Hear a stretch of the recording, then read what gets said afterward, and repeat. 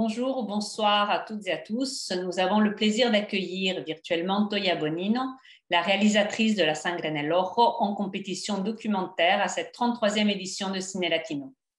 Le film a fait sa première au Festival de Mar del Plata en novembre dernier et nous sommes ravis de le présenter en première internationale à Ciné Latino Toulouse.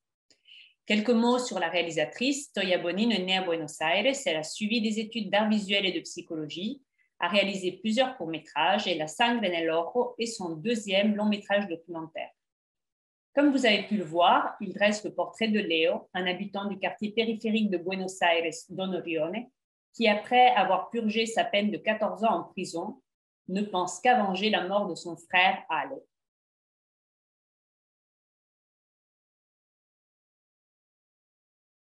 Hola, Toya, muchas gracias por estar con nosotros, aún de forma virtual. Estamos encantados de recibirte y de poder presentar tu película en nuestra competencia documental. Y primero de todo, ya que es la segunda película que rodas en Don Orione y en la familia de Leo, quisiera preguntarte cómo llegaste a interesarte en este barrio, a conocer a tus personajes y a elegir hacer una y luego una segunda película sobre ellos. Bueno, yo también estoy muy contenta de poder presentar la peli y que podamos charlar, aunque sea mediadas por la virtualidad. Yo hace muchos años conocí el barrio Don Orione con lo que fue mi primer documental, que fue un video muy cortito de 9 minutos, en donde a diferentes mujeres del barrio les preguntaba por su mantel. Y ahí la conocí a Ana, que ella me dijo que en realidad no conservaba ningún mantel importante, pero que lo que tenía era la última servilleta que había usado su hijo la última Navidad que pasaron juntos. Y entonces ahí en ese momento me contó la historia de Ale y que lo había asesinado la policía.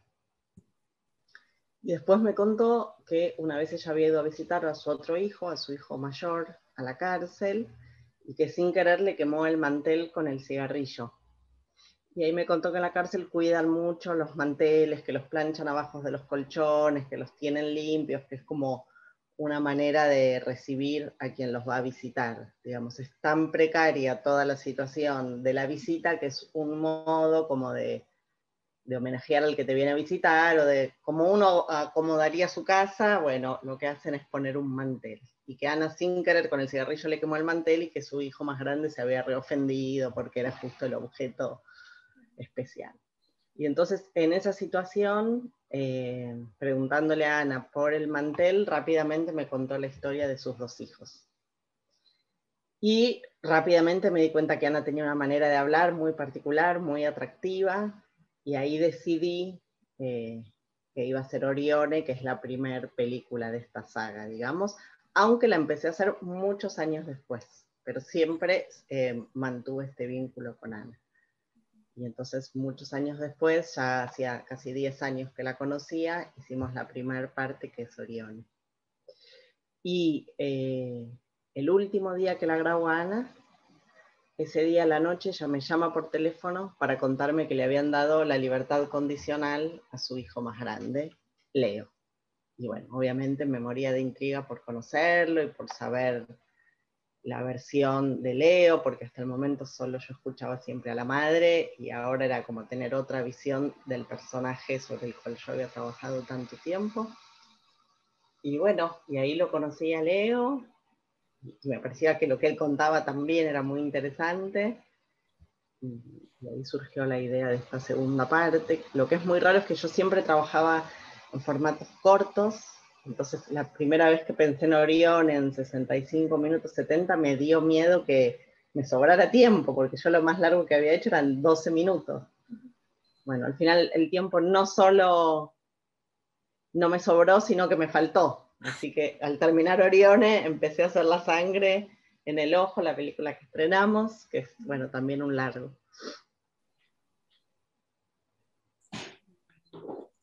Y sí, que se nota, ¿no? esa proximidad también que tienes con Leo. Supongo que eso ha tardado un poco, porque tu posicionamiento a lo largo de toda la película es casi de confidente, que escuchas sin nunca juzgar frente a una historia que sería fácil condenar.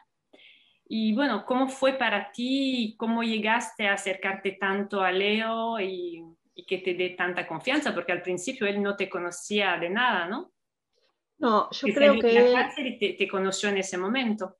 sí, tal cual, me conoció en ese momento. Una vez cuando había estado en la cárcel, yo justo estaba con la mamá, él llamó por teléfono y hablamos por teléfono, pero fue una situación, como yo le contaba de la película y él me decía, yo qué sé, yo estoy acá preso, si mi mamá te deja está bien. Y Ujú. creo que él tuvo esa confianza conmigo porque la madre, que para él es como el personaje más importante y al que más respeta, sabía que tenía un vínculo conmigo. Ujú.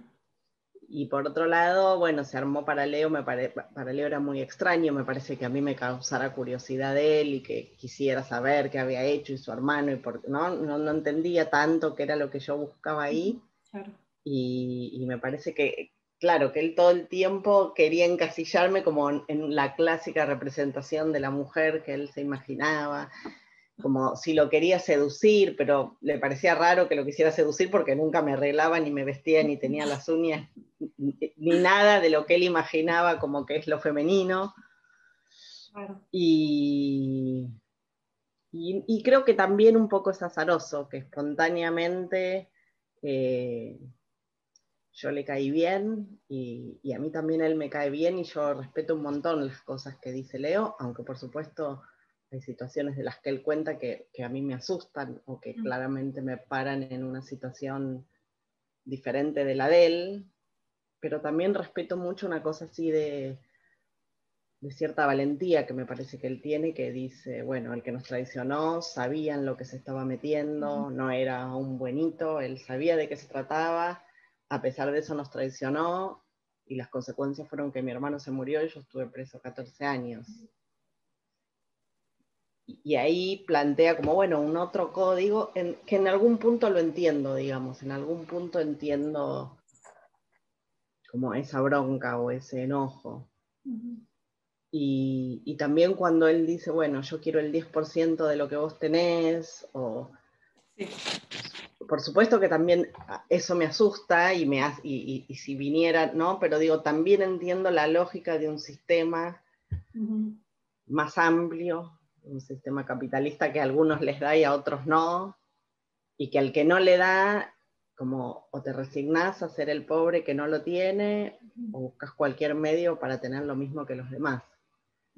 Claro, es Eh, otra lógica y hay un cierto código de honor y sí, una visión de la vida como coherente también.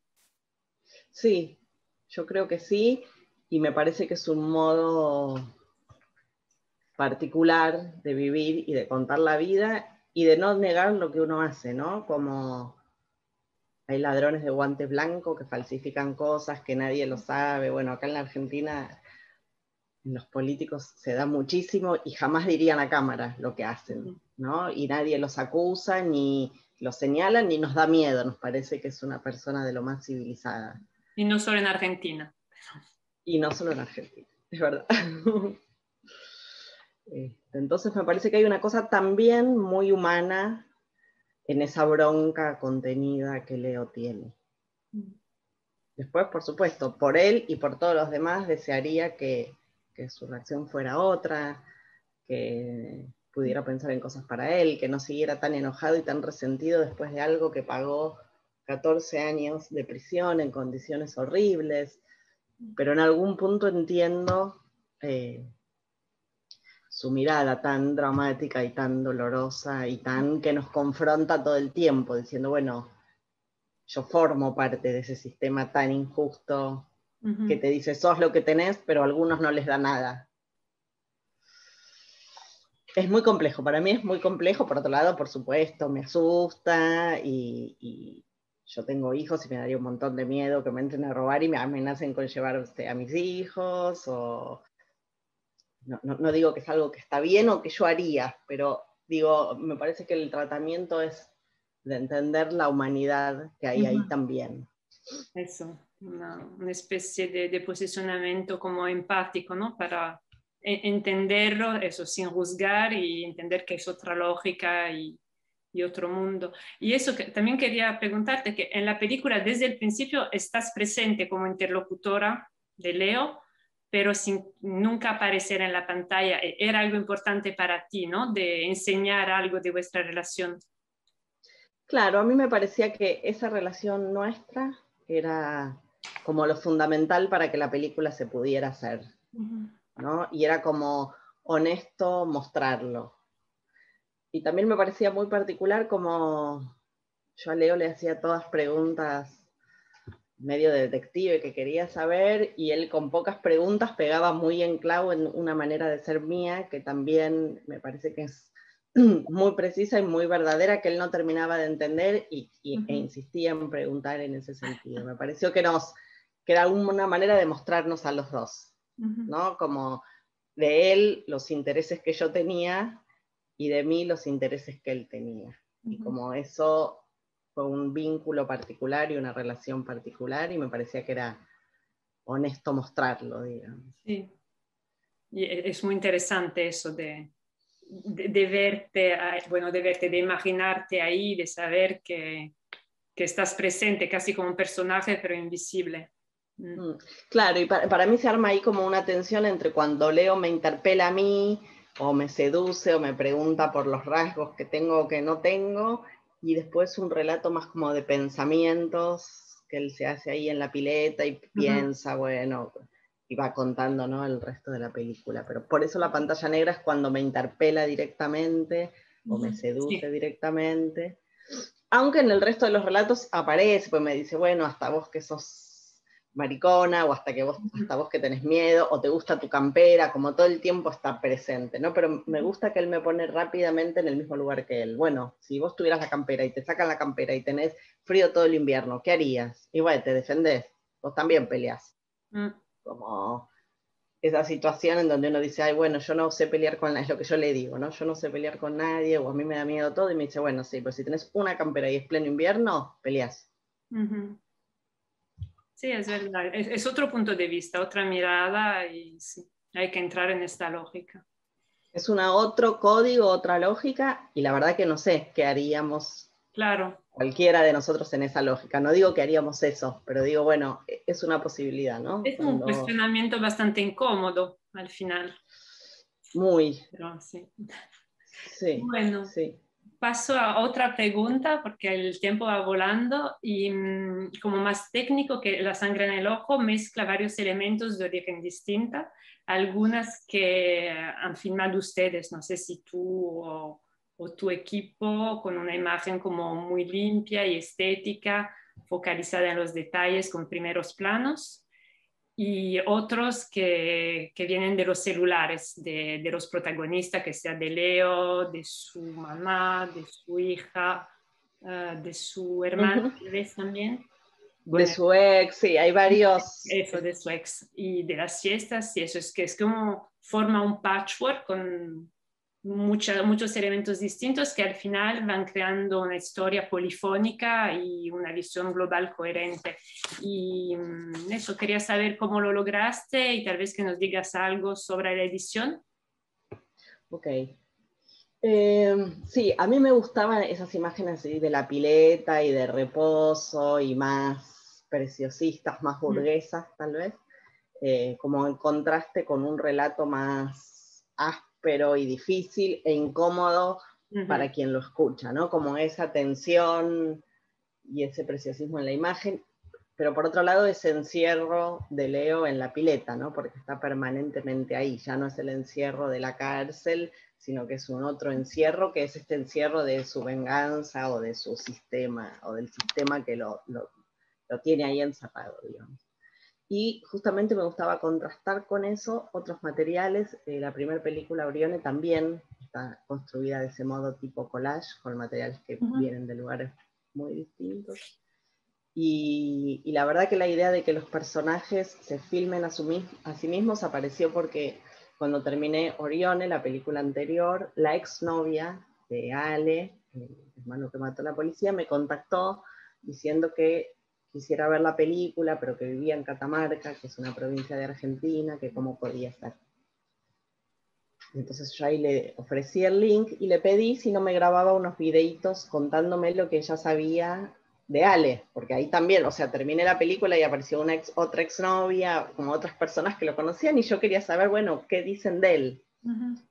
Y con ella estando en Catamarca, era el único medio, es muy lejos de acá, era el único medio posible que ella se grabara. Y me mandó varios videos. Y me pareció tan auténtico ese material, en donde tenía una potencia que yo no lo hubiera conseguido si hubiera viajado a Catamarca para grabarla, buscar el encuadre, sino que era casi una confesión, diría, una situación como muy íntima. Y entonces me empezó a parecer que el uso de los celulares justamente me proporcionaba esa intimidad en donde yo podía ni estar. Hay una escena en La sangre del ojo que a mí me gusta mucho, que hay unos chicos, donde está Leo, que hay unos chicos que conversan, que se dan consejos, por qué lo dejó la novia, por qué no lo dejó, qué tiene que hacer. Parece una sesión de terapia grupal de pibes de barrio que están todos medios tomados. Claro, la grabó uno de ellos la escena, y para mí eso tiene una frescura que si yo hubiera estado con la cámara, con el micro, me parece que no lo hubiera conseguido, por lo menos de ese modo. Entonces, bueno, me parece que son recursos formales que sirven para contar aspectos distintos y de maneras distintas, ¿no? Una cosa cuenta el VHS de la familia, otra cosa cuenta lo que grabo yo, otra cosa cuenta el celular que se graban ellos, otra cosa cuenta el noticiero, como... Y me gusta mucho ese contraste entre los diferentes modos de contar para contar algo que es complejo, en donde hay cosas amorosas y donde hay cosas violentas que conviven sin ninguna contradicción. Y el montaje tiene que ver con ese, ¿no? Con ese contraste, con no tratar de hacer algo más homogéneo, de que se parezcan esas imágenes, sino con potenciar esa diferencia. Sí, lo bueno es que al final todos esos elementos dan realmente una visión coherente y casi, tal vez lineal no es la palabra, pero eso, como coherente. Sí, yo lo pienso mucho, como yo estudié Bellas Artes, mis referencias son a veces más los pintores que el cine, ¿no? Pero en esa situación de collage, en donde hay muchas capas, en donde todo convive, pero conforman una totalidad. Lo que sí, una totalidad compleja, que uno no podría decir, ah, bueno, es esta visión o es esta visión, sino que es la convivencia de esas maneras. Sí, me gusta mucho esa imagen de collage. Y bueno, que imagino que Leo y su entorno vieron la peli y cómo reaccionaron. Bueno, Leo ahora está preso por otros motivos, así que realmente no sé si la habrá podido ver o no. Para la familia de Leo fue muy fuerte verlo a Leo decir esas cosas. Y me parece que están tratando de tramitar esto, que si bien no es algo que ellas no conocen, siempre me parece que uno sobre los hijos y los hermanos tiene una visión un poco más amable, por así decirlo, y entonces, bueno, esto es ver un espejo que refleja una realidad dura. Así que bueno, estamos en ese trance, en ese pasaje de las cosas que nos generan las imágenes, ¿no? Y los relatos, para quien las vive y también para las que lo vivimos de otro modo, ¿no? Que me parece que uno como espectador también se siente muy cuestionado y muy aludido. Sí. Testigo de esa situación, digamos, ¿no? Testigo en donde uno por ver forma parte y conoce y escucha y entiende la injusticia previa y los desencadenamientos posibles. Bueno, a ver qué opinará él una vez que la ve. Y la última pregunta es si tienes proyectos, si ya tienes pensado otras cosas. Bueno, hay un tercer proyecto que de hecho participa en una sección del festival. El proyecto se llama Plata o Mierda, que es una manera que se usa en la cárcel un poco de decir todo o nada, como blanco o negro, me las juego por todas, y que es un proyecto muy particular con el cual yo estoy muy entusiasmada, porque lo voy a codirigir con un chico que está preso, y en donde contamos un poco los vaivenes de la relación amorosa entre él y su novia, y es un poco un retrato de él, pero también mío, digamos, creo que está más esto que empieza a aparecer en La sangre en el ojo, en donde hay cosas de mí que se ven, en Plata o Mierda creo que tiene un lugar más preponderante, porque la película no está construida desde una entrevista, sino desde un diálogo. Y entonces en ese diálogo aparecen otras perspectivas. Yo estoy muy entusiasmada, también es mucho grabado con celular y también de un vínculo muy particular porque Marcos tiene otra edad que yo, otro género, otra clase social, pero bueno, fundamentalmente él está preso y yo no, y tenemos un vínculo particular en donde casi todo el sistema penitenciario hace lo posible porque no haya vínculo, nosotros logramos una relación rara. Y a partir de esa relación es que estamos trabajando juntos y la verdad que estamos muy contentos. Bueno. Así que bueno, hay que ver cómo se concreta, ¿no? Pero la verdad que él va grabando mucho material que me parece que es muy, muy interesante, tiene una sensibilidad muy particular y bueno, están ahí todas nuestras conversaciones mediadas, muy interesantes. Bueno, sí, está pensado un poco como la tercera parte o la continuación de la saga Don Orione. En algún punto sí, porque Marcos también es del barrio, también tenía vínculo con Leo y con Ale, entonces sí, sería el tercer episodio de la saga, digamos.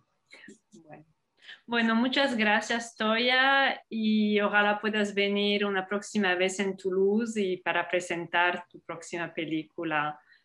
Bueno, ojalá que sí, me encantaría. Esperemos que la pandemia nos deje un poco de respiro y volver a nuestros hábitos, ¿no? Sí. Muchas gracias. Bueno, gracias a ustedes. Quant à moi, pour conclure, je vous invite, après avoir vu le film, à voter pour l'attribution du prix du public. Et je vous rappelle également que La Sangre nell'Oro, ainsi que tous les autres films sélectionnés cette année à Ciné Latino, sont disponibles sur la plateforme online.cinelatino du 19 au 29 mars. À bientôt dans les salles, j'espère.